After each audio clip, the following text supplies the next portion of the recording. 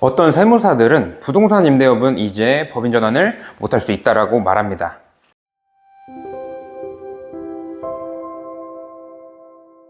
안녕하세요. 컨설팅 전문 세무사 박정현입니다. 지난 7월 세법 개정안이 발표되고 어느 정도의 여러 파장이 일었는데요.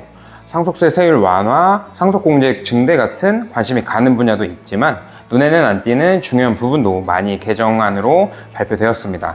특히 부동산 임대업을 중소기업에서 배제하고 좀 더 쥐어짜겠다고 나섰는데 그 내용에 대해 한번 같이 알아보시고 어떠한 영향이 있을지 보고 가시면 도움이 되실 겁니다. 개정안을 함께 보시면 조세특례제한법상 중소기업 범위에서 제외되는 업종 요건이 단 하나, 소비성 서비스업만 존재하고 있었습니다. 소비성 서비스업은 호텔 및 여관업, 유흥주점이나 무도장, 도박장, 마사지업 등 일반적으로는 사회에서 권장하지 않는 업종을 말하고요. 국가에서도 권장하는 업종이 아니므로 중소기업에 대한 혜택을 주지 않기 위해서 배제를 하고 있었는데요. 그런데 이번 개정안을 통해 부동산 임대업도 중소기업에 제외되는 업종으로 들어올 전망입니다. 임대사업을 하는 경우에는 혜택을 전혀 주지 않겠다는 의도로 보이죠. 그리고 부동산 임대업 말고도 성실신고 확인 대상 법인이 있는데요. 성실신고라고 하면 일반적으로 매출이 높은 개인 사업자에게만 적용되는 것으로 알고 있는데 법인에서도 성실신고라는 규정이 존재합니다. 법인세법상 성실신고 확인 대상 법인은 지배주주가 전체 주식의 50%를 초과해서 보유하고요.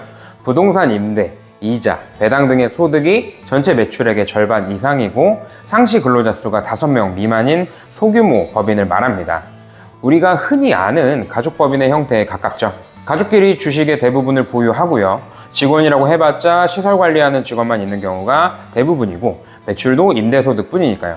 이러한 성실신고 법인의 경우에도 중소기업에 제외되는 업종으로 들어올 예정입니다. 그런데 최근 일부 세무사들 사이에서 그리고 일부 언론들 사이에서 이상한 소문이 돌기 시작했습니다. 부동산 임대업이 중소기업에서 제외되다 보니까 법인 전환을 통한 이월과세를 적용받을 수 없다고요. 저를 찾아오신 고객도 법인 전환을 준비하시다가 해당 내용을 듣고 깜짝 놀라셨다고 하셨는데 제가 명확하게 짚어드렸습니다. 법인 전환은 개인 사업자가 사업용 고정자산을 법인에게 인도를 하고 법인 주식을 받으면서 법인 사업자로 전환되는 경우를 말하는데요. 이 경우에 발생하는 양도소득세를 유보하는 법인 전환 이월과세라는 제도가 있어 법인으로 용이하게 전환하도록 지원하고 있습니다. 만약에 현금이 오고 가지 않는 법인 전환 단계에서 양도소득세를 일시납해야 된다면 세부담이 어마어마하게 다가오겠죠. 그래서 이월과세를 적용받지 못하게 되는 사업자는 사실상 법인 전환을 하기가 힘들어집니다. 이런 부분에 있어서 올해가 마지막이다.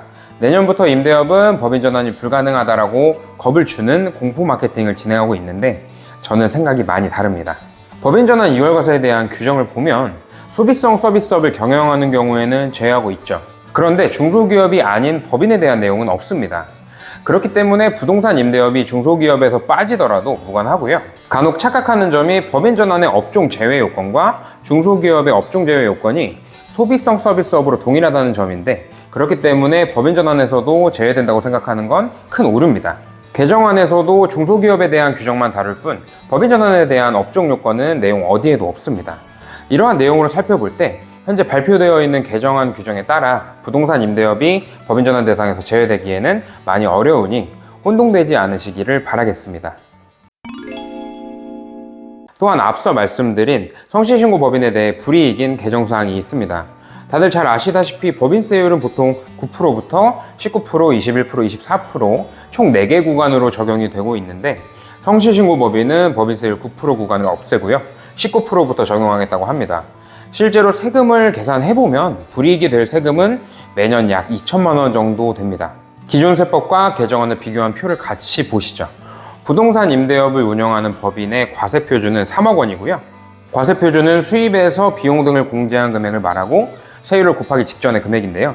3억 원의 과세표준의 기존 세법을 적용하게 된다면 3,700만 원의 법인세가 산출됩니다. 그런데 개정안을 적용한다면 5,700만 원의 법인세를 납부해야 하니 불이익이 상당하죠. 만약 개정안처럼 세율이 개정되더라도 법인의 이점은 남아있긴 합니다. 일반적으로 납부하는 근로소득세나 4대 보험을 고려하면 재산을 분리해서 세부담을 낮출 수가 있고요. 자산 승계에서는 편의성이 있어 유리한 측면을 선점하니까 법인에 대한 이득은 여전히 남아있다고 보고 있습니다.